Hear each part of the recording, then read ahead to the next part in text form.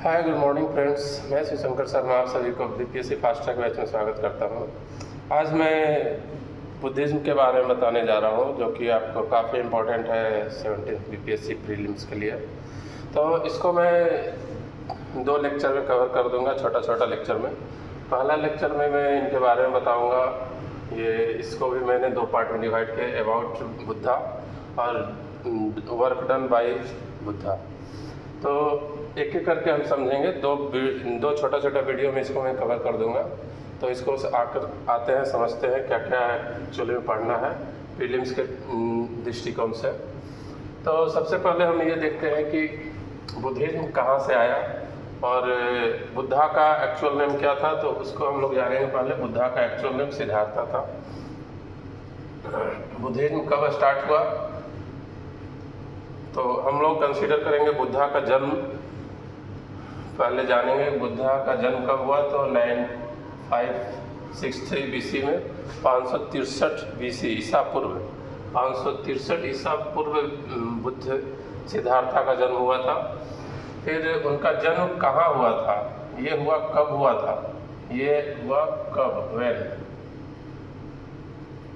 ये हो गया वेयर।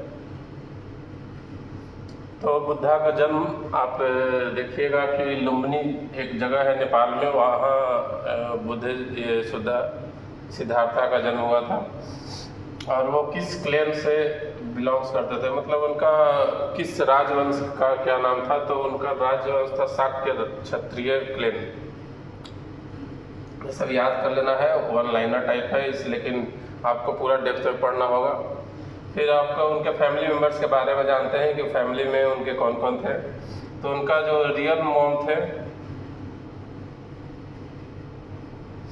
उनका नाम था महामाया, उनका नाम था माया। और वो एक्चुअली बुद्धा का बर्थ देते टाइम उनका डेथ हो गया था। तो उनका पालन पोषण उनके स्टेप मॉम या जिसको सौतेली माँ बोलते हैं, वो एक्चुअली में उन्होंने की थी, जिनका नाम प्रजापति गौतमी था। फिर उनके पिताजी का नाम पास से मैंने डिनोट किया है। पिताजी का नाम उनका था सुधोधना। तो सारी चीज़ें आपको मगअप कर लेनी है, याद कर लेना है। उनके वाइफ का नाम यहाँ पे आपको लिखा हुआ है यशोधरा, और उनके सन का नाम राहुल था। उनकी एक्चुअली शादी जो हुई थी, उनकी शादी जो है 16 वर्ष की उम्र में हो गई थी। क्योंकि वो बचपन से काफ़ी विचलित रहते, तो उनके पिता ने सोचा कि इसको मन बहुत ज़्यादा इधर उधर भागता है। वो हमेशा शुरू से ही उनका मन जो है वो विचलित रहता था लोगों के परेशानियों को देखकर।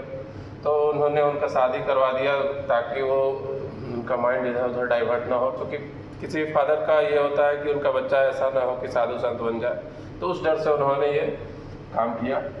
लेकिन फिर भी उनको शांति नहीं मिली और लास्ट में उन्होंने 29 ईयर की एज में, 16 ईयर की एज में उनका शादी हुआ।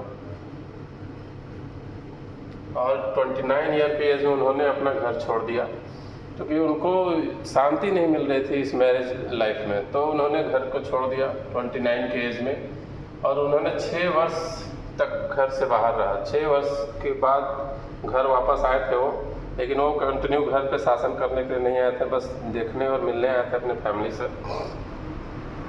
6 वर्ष तक उन्होंने जंगल में यहाँ वहाँ जाकर बिताया। तो 6 वर्ष जो ये घर छोड़ने की प्रक्रिया है, उसका नाम एक्चुअली में रखा गया है महाविनिष्क्रमा। महाविनिष्क्रमणा मतलब बहुत बड़ा डिसीजन इसको बोला जाता है कि अपने फैमिली मेम्बर, अपने राजपाट सारा छोड़कर जंगल में निकल जाना, अकेले बिना कोई बताए किसी को। तो उस बड़ा जो डिसीजन है उसी को बोला गया है महाविनिष्क्रमणा। और वो अकेले सिंगल निकल गया। एक घोड़ा उनके साथ था, कंथका उसका नाम था, और वो जो रथ था उसका नाम चंदका था। फिर जब वो वहाँ से निकले तो एक्चुअली में वो नेपाल के रास्ते से निकलते हुए, नेपाल बिहार बॉर्डर कनेक्टेड है, तो वहाँ से निकले तो वैशाली आए, फिर राजगीर उधर गए। तो वैशाली में उनका पहला गुरु मिले। वैशाली में वो एक्चुअली कुछ लोगों से ज्ञान लेते गए कि ये उनको मन में काफ़ी सवाल उठता था कि आदमी बेचैन क्यों है, मरने के बाद आदमी रोने क्यों लगता है, दुख का कारण क्या है। तो उन चीज़ों के सवाल के लिए उन्होंने बहुत लोगों से पूछताछ किया। तो उनका पहला गुरु जो है अलार कर्मा नाम है उनका, जो कि वैशाली में उनको ज्ञान प्राप्त हुआ पहला गुरु के थ्रू। दूसरा जो गुरु मिले उनका नाम रुद्रका था, रुद्रका राम पट्टा। वो राजगीर बिहार में वो भी उपस्थित है, जो कि उनको कुछ ज्ञान दिए।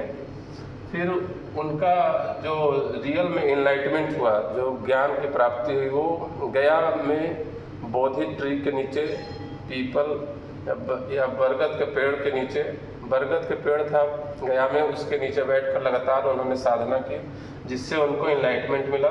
उस इनलाइटमेंट का नाम निर्माणा रखा गया, मतलब एक नया मनुष्य का निर्माण हुआ। जो पहले बुद्धा थे वो बुद्धा नहीं रह गए, उनके अंदर अब ज्ञान का प्रकाश जाग गया, उसी को निर्माणा नाम दिया गया। उसी समय के बाद उनका नाम बुद्धा रखा गया, या फिर कुछ लोग तथागत भी बोलते हैं उस इनलाइटमेंट के बाद उनको, या फिर शाक्य मुनि भी उनको बोला जाता है। तो ये ओवरऑल व्यू हो गया बुद्धा के जन्म से लेकर उनको इनलाइटमेंट आने तक।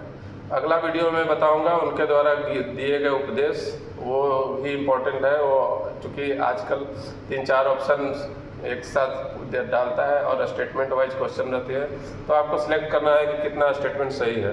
तो आपको पूरा इसके बारे में जानकारी लेना होगा। ये ओवरऑल व्यू हो गया इनलाइटमेंट तक, from the birth to enlightenment. Thank you.